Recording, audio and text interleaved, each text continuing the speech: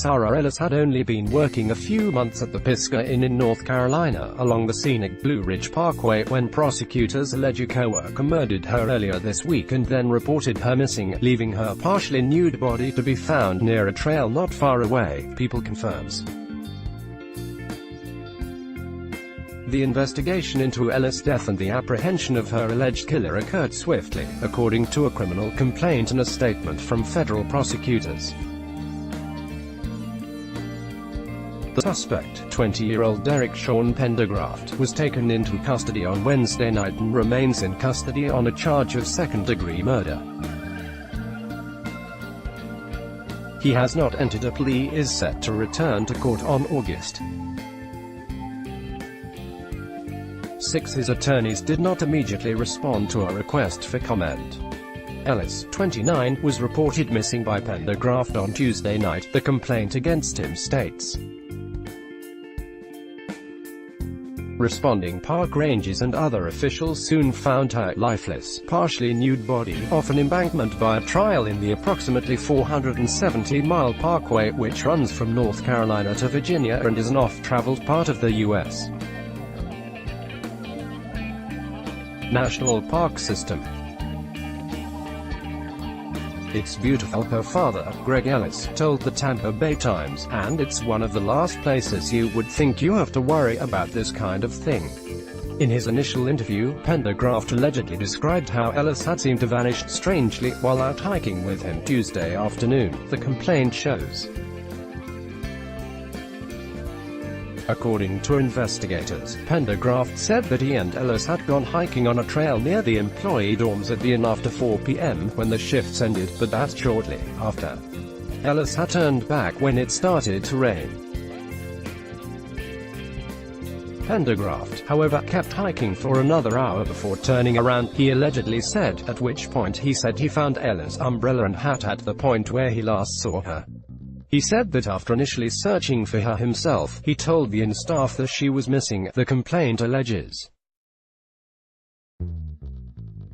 Under later questioning, after Ellis' body was found on Tuesday and after allegedly admitting the murder to the inn manager on Wednesday, Pendergraft was much more candid, according to authorities. The complaint states that the manager reported his alleged confession on Wednesday night and, in a subsequent recorded interview, Pendergraft explained that he and Ellis had in fact gone hiking and she had decided to turn around, but then he blacked out for what seemed like no time at all. "When I came to, I felt like it had not been a single blink of my time," he allegedly said. "I blinked and I was looking into the face of Sarah with a purple face, her tongue was sticking a little bit out of her mouth, and grey eyes." At that time, Pendergraft said, Ellis was lying dead on her back but he pulled her to her side, the complaint alleges. He noted that her body was exposed. Want to keep up with the latest crime coverage? Click here to get breaking crime news, ongoing trial coverage and details of intriguing unsolved cases in the True Crime newsletter. When Ellis was found, her neck and head were bruised, but she showed no apparent signs of a gunshot wound or injury from a blade. Her cause of death has not been released. The inn's owner, Bruce O'Connell, told the Associated Press that Ellis, of Seminole, Florida, worked as a cook and Pendergraft, from Asheville, North Carolina, worked as a housekeeper.